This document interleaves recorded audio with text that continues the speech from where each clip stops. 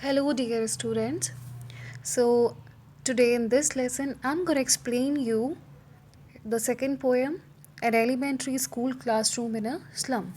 So, students, elementary जो होता है वो हमारी बेसिक शिक्षा होती है. एलिमेंट्री जो वर्ड होता है उसमें फर्स्ट टू फिफ्थ का या नर्सरी या PG from PG to fifth तक की जो एजुकेशन होती है वो आती है. और क्लासरूम आप सभी जानते हैं, स्लम का मतलब होता है बस्तियाँ. तो यहाँ जो पोएट हैं उन्होंने एलिमेंट्री स्कूल के बारे में बताया है कि कैसा है स्लम यानी बस्ती में वो स्कूल किस तरीके का है. So let me introduce here to the poet Stephen Spender. Stephen Spender, who was born in 1909 and died in 1995, was an English poet and an essayist. He left University College, Oxford, without taking a degree and went to Berlin in 1930. वो उन्होंने Oxford जो college से पढ़ाई की थी वहाँ पे उन्होंने डिग्री लिए बिना उसको छोड़ दिया था और वो बर्लिन में चले गए थे. Spender took a keen interest in politics. Spender का जो पॉलिटिक्स में बहुत ज़्यादा इंटरेस्ट था and declare himself to be a socialist. उन्होंने अपने आप को एक सोशलिस्ट डिक्लेयर कर दिया था. And pacifist. पैसिफिस्ट का मीनिंग होता है शांतिवादी, एक ऐसा व्यक्ति जिसको शांति पसंद है.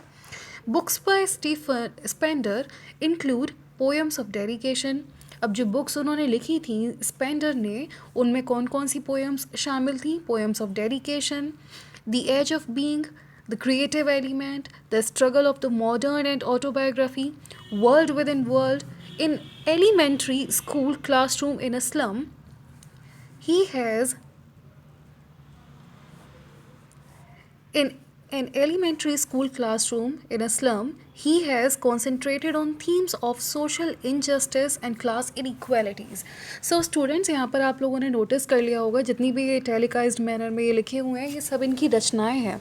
और यहाँ पर वो हमें बताते हैं कि जो उन्होंने in an elementary school classroom नाम की जो ये पोएम लिखी है इसमें उन्होंने क्या चीज़ को हमें किस चीज़ पर ज़्यादा ध्यान आकर्षित किया है. तो उन्होंने बताया है कि सोशल इनजस्टिस, किस प्रकार सामाजिक असमानता या सामाजिक इनजस्टिस होता है बच्चों के बीच में. किस तरह एक बच्चा जो है वो एक मॉडर्न स्कूल में पढ़ाई करता है और किस तरह एक बच्चा एक स्लम बस्ती में जो पढ़ाई करता है उसके और उसके बीच में क्या डिफरेंस है, क्या इनइक्वालिटीज़ हैं. आगे बढ़ते हैं. Before you read, have you ever visited or seen an elementary school in slum. यहाँ पर हमसे क्वेश्चन अराइज हुआ है कि क्या कभी आपने एलिमेंट्री स्कूल जो कि स्लम एरिया में है, क्या कभी आपने उसको विज़िट किया है? क्या कभी आपने देखा है कि ऐसे स्कूल को जो कि बस्तियों में है, मलिन बस्तियों में है, जहाँ पर ढेर सारा कचरा है, जहाँ पर गंदगी है? क्या आपने कभी उस जगह में ऐसी बस्ती में कभी आपने एक एलिमेंट्री स्कूल को देखा है? सो इस पोएम को पढ़ने से पहले स्टूडेंट्स मैं आपको यहाँ पर थोड़ा सा इस लेसन यानी इस पोएम से इंट्रोड्यूस करा दूँ. तो let me tell you, the poem written by Stephen Spender describes the social inequalities which are prevailing in the society. In the poem, he describes the condition of the students of an elementary school, which is situated in a slum area. The poet wants to draw attention of everyone towards these kids so that their life can be improved and they may get trained to become good citizens rather than criminals. वो चाहते थे कि जो पढ़ने वाले हैं, जो पाठक हैं, उनका ध्यान इन बच्चों की तरफ जाए ताकि वो बच्चे क्रिमिनल्स ना बने बल्कि उनको एक बेहतर शिक्षा मिले और वो एक अच्छे इंसान बन सकें. सो इसका फर्स्ट स्टैंजा जो कि फार फार से लेकर यहाँ तक दिस तक है. So let's understand the explanation of the paragraph. आपको ये भी बता दिया जाए कि आपने हर बार स्टूडेंट्स ये सुना होगा कि पोएम्स जो होती हैं वो हमेशा राइमिंग में होती हैं यानी तुकबंदी मिलाकर पढ़ी जाती है, लेकिन कई बार फ्री वर्ड्स में भी लिखी जाती है. फ्री वर्ड्स का मतलब होता है मुक्तक छंद में, यानी ऐसा छंद, ऐसी पोएम जिसमें कोई भी राइमिंग स्कीम नहीं है. ये फ्री वर्ड्स में लिखी हुई है पोएम. तो let's understand. Far, far from gusty waves, these children's faces, like rootless weeds, the hair torn round their pallor, the tall girl with her weighed down head, the paper seeming boy with rat's eyes, the stunted unlucky heir or of twisted bones, reciting a father's gnarled disease. his lesson from his desk at back of the dim class, one unnoted, sweet and young, his eyes live in a dream of squirrel's game in tree room other than this.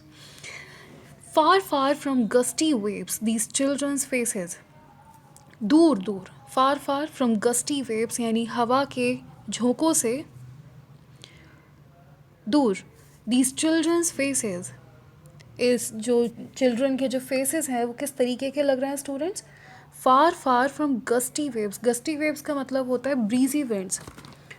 Waves का मतलब यहाँ पे हवा से, winds से, और gusty का मतलब होता है ब्रीजी, जो हल्की हल्की हवा जो चल रही होती है उससे मतलब है. तो पोइट डिस्क्राइब करते हैं that the children who study in an elementary school which is set up in a slum area. Poet बताते हैं कि जो बच्चे हैं उनके फेस कैसे लग रहे हैं. उनके फेसेस डल हैं, अजीब लग रहा है. फ्रॉम गस्टी वेव्स यानी दूर दूर हवा उनके चेहरे पर ऐसा लग रहा है जैसे कि बिल्कुल बहुत पीलापन है उन चेहरों पे, उन बच्चों के चेहरों पे. Like rootless weeds. वीड्स क्या होता है स्टूडेंट्स? एक ऐसा प्लांट होता है जो कि किसी नाली के किनारे या कहीं पे भी खुद से उग आता है. उसको करने के लिए, उसको उगाने के लिए किसी भी सीड की ज़रूरत नहीं होती है. वो रूटलेस क्या होता है? वो बिना जड़ के कहीं पे भी एक छोटा सा प्लांट ऐसे उग आता है, कहीं पत्ते उगे आते हैं, वो चीज़ आपने देखी होगी. तो वो बच्चों के फेसेस उस स्लम एरिया में जो बच्चे रहते हैं, उन बच्चों के फेसेस बड़ा रूटलेस वीड्स की तरह लग रहे हैं. फेसेस बड़े पीले लग रहे हैं और वो बच्चे ऐसे लग रहे हैं जैसे कि वो ज़बरदस्ती इस दुनिया में आए हैं. जैसे लाइक रूटलेस वीड्स यहाँ पे कंपेयर किया गया है. The hair torn round their पेलोर.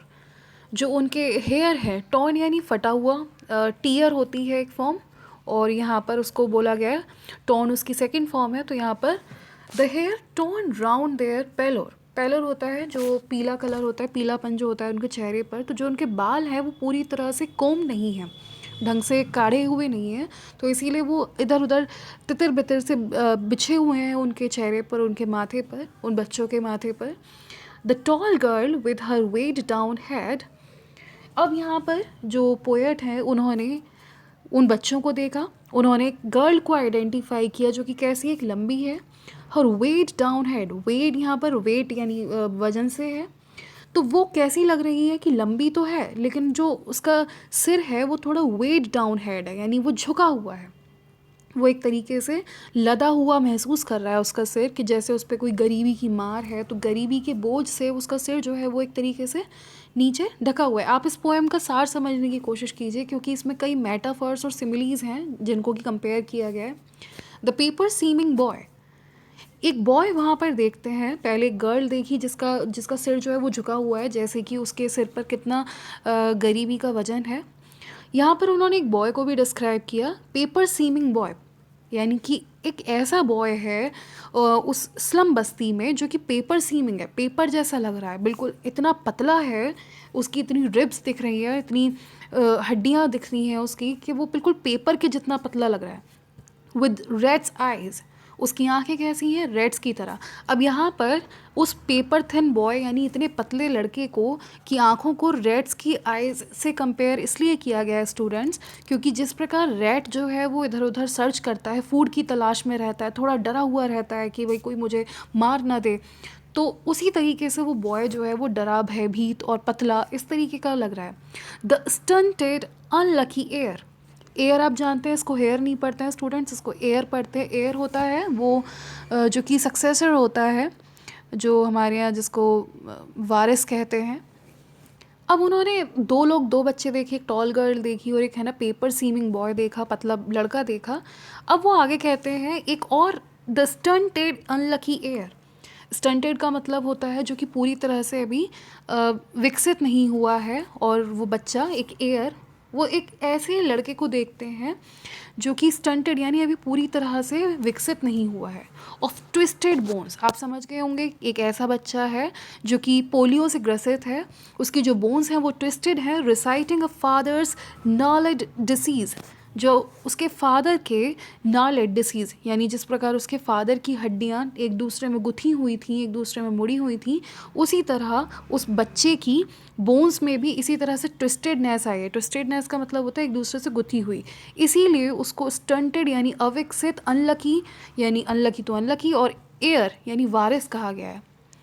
His lesson from his desk at back of the dim class, उसका जो लेसन है फ्रॉम हिज डेस्क यानी जो उसकी डेस्क से उसका जो लेसन दिख रहा है, at back of the dim class, उस डिम रोशनी में, at back of the class पीछे की तरफ से एक क्लासरूम है जो कि जिसमें हल्का सा अंधेरा है, ज़्यादा लाइट और ज़्यादा पूरी तरह से वो क्लासरूम्स जो है वो बहुत वेल फर्निश्ड नहीं है। तो उस क्लासरूम में पीछे की तरफ उसकी डेस्क है और वो वहाँ पर बैठा हुआ है। One unnoted sweet and young, एक अननोटेड, एक ऐसा बच्चा जो कि किसी के भी नोटिस में नहीं है, किसी के भी ध्यान में नहीं है, स्वीट बड़ा प्यारा सा लेकिन जवान। His eyes live in a dream, उसकी आंखें हमेशा क्या देख रही हैं, सपने देख रही हैं। ऑफ स्क्विरल्स गेम, क्या क्या सपने देखती हैं कि जिस प्रकार एक ट्री के रूम में, एक ट्री में घर बनाकर जिस प्रकार स्क्विरल गेम्स खेलती है, वहाँ पर इधर से उधर चढ़ती उतरती है।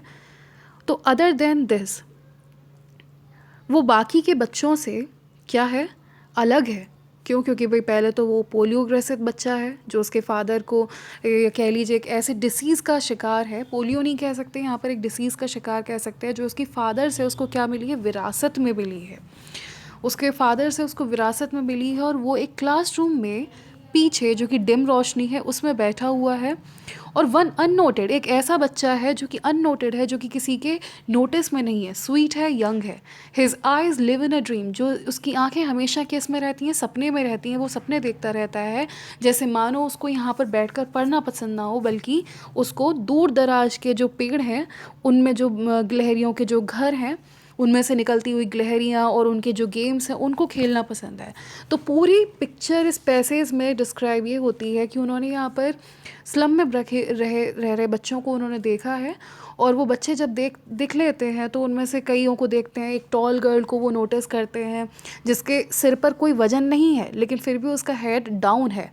वो एक पेपर थिन बच्चे को देखते हैं, मतलब इतना बच्चा पतला जो कि बिल्कुल पेपर की तरह से होता है। उसकी आंखें कैसी हैं, रेड की तरह हैं। क्यों? क्योंकि भाई वो खाने की तलाश में या किसी चीज़ की सर्च में रहता है।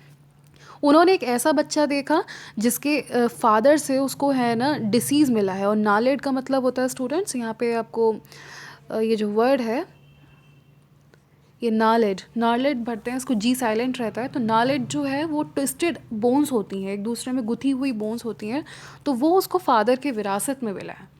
दैट्स ऑल आज के लिए इस वीडियो में। फर्स्ट पैराग्राफ इनफ है, अगली वीडियो में हम सेकंड पैसेज को डील करेंगे। Thank you all.